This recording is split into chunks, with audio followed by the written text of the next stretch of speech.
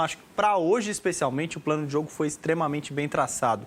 2 jogadores abertos, Arias e Canóbio de velocidade, um centroavante, o Everaldo, que poderia ter concluído melhor a oportunidade que teve. 3 volantes na base, para te dar bastante vitalidade no meio, ocupação de espaço, capacidade de roubar bolas e acelerar mais a linha de 4. Destaque especial também para o Thiago Silva, fez um jogaço, especialmente na marcação do Guirassy, que é o homem-gol do Borussia Dortmund. A expectativa era grande que esse jogador conseguisse marcar hoje, mas ele foi bem, digamos, parado pelos 2 zagueiros do Fluminense, e especialmente pelo Thiago Silva. Você acha que foi mais... Eu não quero tirar o mérito do Fluminense, porque eu acho que a partida foi quase perfeita. Faltou realmente o gol. Agora, mais cansaço do Borussia, mais preguiça, mais acomodação. No começo senti um pouco de acomodação, depois eu senti cansaço. O que você sentiu mais dessa equipe que você conhece? Eu concordo com a sua análise. Eu acho que tem tudo nessa equação aí. Tem um pouco de nariz empinado, de sou europeu e vou passear aqui. Eu acho que nos minutos iniciais acho que isso estava claro. Tem um pouco de adaptação ao local do jogo, nem tanto a questão da temperatura hoje, mas a adaptação ao local do jogo e cansaço por conta da temporada. O Borussia Dortmund teve, como eu disse aqui, que fazer uma arrancada para conseguir uma vaga na Champions da próxima temporada. E acho que à medida que o objetivo foi alcançado, deve ter dado aquela respirada e falado, agora chegamos no que a gente queria. Mas ainda tem uma competição para disputar. Tinha hoje um adversário muito bem preparado do outro lado e acho que o Borussia Dortmund sofreu bastante com isso.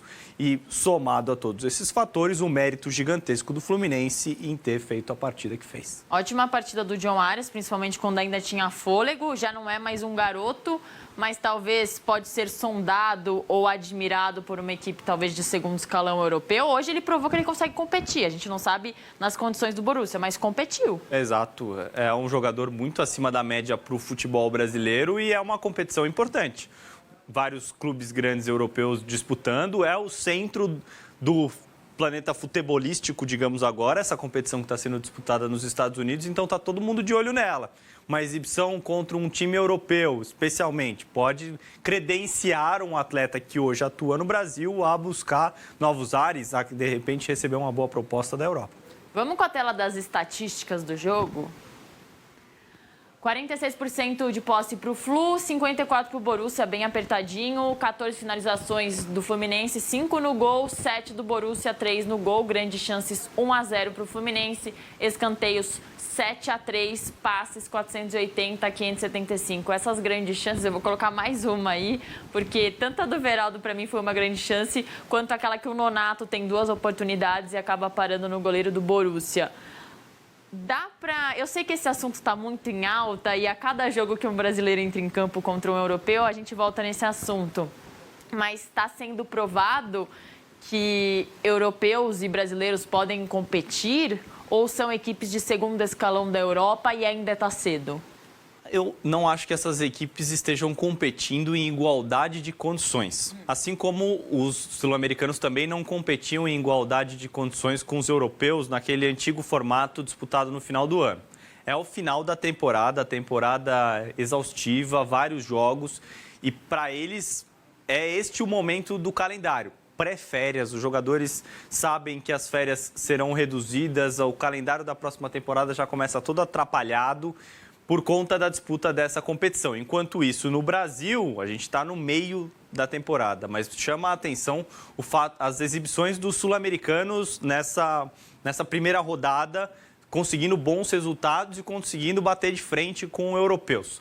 Mas é sempre bom salientar que eles não competiram com os europeus da primeira prateleira. Borussia Dortmund, o próprio Porto, adversário do Palmeiras, não são os europeus top. Aí, para mim, a diferença é bem considerável. Veremos, acho que muito em breve por aí. Agora vamos conferir as aspas do goleiro Kobel depois da partida. Foi um jogo muito difícil, acho que os brasileiros foram muito bons, muito agressivos. Acho que jogaram melhor que nós. Quem sabe, talvez sofremos um pouco o jet lag, mas acho que não devemos usar isso de desculpa. Precisamos melhorar nossa atuação na próxima partida. O Arias também falou sobre isso, vamos colocar o Arias, aí a gente contextualiza. Não se pode ter surpresa com um time que há 2 anos foi campeão da Libertadores. Demonstramos hoje que que a gente é muito forte também. Muitas vezes tem essa tendência de subestimar um clube sul-americano e acho que isso é um erro. No futebol de hoje não tem time fraco. Dentro da nossa realidade, também somos um grande clube que briga e está preparado para grandes coisas. Primeiro, Léo, a questão do Borussia, mesmo antes da partida, o treinador foi muito respeitoso com a equipe do Fluminense, os jogadores também, não vi desrespeito antes da partida. Talvez em campo tenha um pouco de corpo mole. Eu não sei se o Niko Kovac, técnico do Borussia Dortmund, estava totalmente preparado para esse duelo. Nas últimas horas, talvez, tenha corrido atrás de informações, mas eu acho que suspeito, tá? Porque eu não tenho nenhuma fonte dentro do Borussia Dortmund, que talvez esse jogo não tenha sido trabalhado com tanto afinco quanto deveria. Agora, daqui a pouco a gente vai falar mais dos outros brasileiros, mas olhando para o Fluminense, fazendo uma análise do Fluminense, resultado, talvez a atuação melhor entre todos os brasileiros. Talvez se esperava, o Fluminense era o que se esperava menos. Sim. E é o que entregou mais. Sim. E aí a gente tem que levar em consideração o adversário de cada um, né? O Palmeiras pegou o Porto, o Flamengo pegou o Esperance. Fez uma grande partida também, mas eu acho que era um adversário mais acessível em relação aos outros. O Botafogo pegou o Seattle Sounders e, para mim, teve a pior atuação entre os brasileiros, apesar de ter vencido o seu duelo, algo que o Palmeiras não conseguiu, algo que o Fluminense também não conseguiu. Mas, para mim, foi a melhor atuação dessa primeira rodada entre os brasileiros, foi a atuação realmente do Fluminense. E se estava difícil classificar, agora dá para sonhar. Não, dá, com certeza. Era um jogo que, mesmo que o Fluminense fosse derrotado, não seria o pior cenário possível. Claro que no caso de uma goleada, poderia complicar o restante da competição. É um grupo que tem um outro adversário importante para o Fluminense, para mim, que é o Mamelodi Sundowns da África do Sul, um bom time. Não quer dizer que o Fluminense não possa superá-lo, mas é um time qualificado que pode brigar com o Fluminense e agora também com o Borussia Dortmund, que empata na primeira rodada com o Fluminense, não soma 3 pontos de largada e se vê numa situação um pouco mais delicada dentro do grupo, brigando pela primeira ou então pela segunda vaga. Muita gente já colocava desde o início o Borussia Dortmund como o principal favorito do grupo. O candidato ao primeiro posto da chave, e essa era a ideia com que eu trabalhava nos últimos dias, mas já não dá para assegurar diante da exibição do Borussia Dortmund. Se vier a melhorar nas próximas rodadas e somar 2 vitórias nas rodadas finais, especialmente com um saldo de gols, bom, aí sim, pode garantir o primeiro posto do grupo.